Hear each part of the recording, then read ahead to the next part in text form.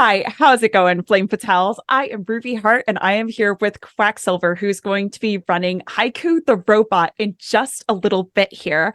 So, at first, how are you doing? How are you feeling about the run? Getting I excited? I am so excited. I submitted this run to Fatales before the patch of the game that I'm running on was officially out yet. I got the dev of the game, Mr. Morris, like let me submit early, and so I've been super excited for this for a long while now. That's so cool. So, you were in contact with the dev for running this version of the game? Yeah, so the dev of Haiku, Mr. Morris, is a phenomenal person, phenomenal friend to the speedrunning community of the game. And when he was teasing this new patch, Obscure Information, was going to be coming out, I reached out to him and was like, "Hey, I'd really love to submit some new content for this for these marathons. Would that be okay?" And he said, "Absolutely. Let me get you a build of the game you can submit on." Just truly wonderful from the moment the game came out through present day. Oh my God, that's amazing. I love when devs are so supportive of the community. And that was actually a big thing I was going to ask about because when looking at the board, there's any percent, there's all skills, but obscure information doesn't exist yet. So I know that it's new information, but can you give us a little teaser about what to expect from the category, some of the new content we might see? Yeah, absolutely. So Mhm. Obscure Information was the new patch. It came out a little while ago now, but the major content updates are a new area of the game and a new boss rush mode. So sort of in the style of your classic modern Metroidvanias. Mhm. And so the run that I'm going to be doing, all bosses and skills, used to be very, very similar to any percent with just like a couple extra bosses. But now we go into the new area, Old Arcadia, and finish out the game with a boss gauntlet of every single boss in the game, remixed and remastered, and in some cases, some other spoilery stuff that I won't spoil just yet. Oh, leave that for the actual run itself. Oh, as a huge Boss Rush fan, I that sounds so cool. And one thing I was gonna ask is I know that Haiku the Robot is a pretty recent game. Like when I first saw the art, I assumed that it was an older game because the pixel art has that very retro feel to it. But when it comes to it, I know that you also speedrun Celeste and Hollow Knight, which are very like Metroidvania, puzzle platform, like super specific games. Were you already looking at Haiku before it came out as oh, I could speedrun this? Or was it like a casual play first that then became a speedrun for you? Yeah, so I Mhm. have several bad habits here, where I will speed run or challenge run games as a casual playthrough, especially indie games, which I have an endless wellspring of love in my heart for. So, Is that a problem though? Like that doesn't yeah, sound like an issue. I mean, it's only an issue in that there are too many video games, and I will Mhm. play all of them. No, the literal day that Haiku officially came out, some friends of mine and I were routing any percent, and it just sort of has escalated. I think from there we were like throwing back and forth routing ideas and sort of messing around with the game, trying to get other people on board. One of the things about indie Metroidvanias is that, unsurprisingly, all of the communities talk to each other, cannibalize from each other. So Mhm. my first like major speed game, the first game that I ever streamed on Twitch was Hollow Knight. And so I pulled like as many people like, hey, there's this cool indie Metroidvania. Let's do this for a little while. And a ton of people came, and then we got like some Subnautica runners and some Star Wars people. Like it just like all of the gaming communities. I don't know. It's fun to watch them talk to each other and play off each other and develop runs that way. So you basically recruited a bunch of other Metroidvania speedrunners, and day of we're routing the Oh yeah. speedrun for Haiku. That's incredible. Oh, I love that so much.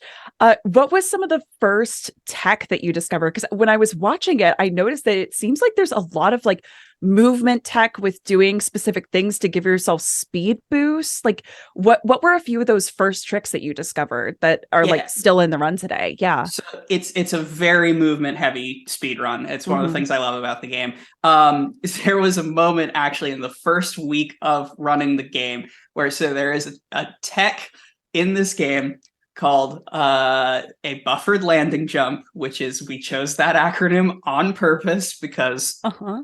we're the worst. And it was like the very beginning of the game opens with grabbing in classic Metroidvania fashion. There's a key just out of reach. You have to loop around an area to grab it. And it was discovered that by like the coyote frames in the game, which, if you're not familiar, are just sort of the extra frames that most platformers give you of leniency where you can jump after you've already walked off a platform. Got it. The coyote frames in this game are so generous, they even work vertically. So you can land from a jump and then jump again from midair. And we use that to gain all sorts of height, do all sorts of shenanigans. And I remember having a conversation with someone who ran the game when it was like a demo. And I remember that person being like, "Oh, you found first key skip," and I'm like, "Of course it's a thing. Of course people have already been breaking this since the demo. Happy to be here. Let's keep going." And then we never stopped. That's incredible. It's so fun to hear about all the speedrun communities that have contributed and the fact that the designer is so supportive, and getting to see this sneak peek is so exciting. So Quacksilver, best of luck with the run later. I'm really, really looking forward to it. Thank you. I'm really excited. Heck yes, as you should be. So everyone, Fatals, make sure to stick around and be there for the Haiku the Robot run, especially if you're a fan of the game, to see some of that extra content, including the boss rush and some more surprises. See you in just a little bit. Bye.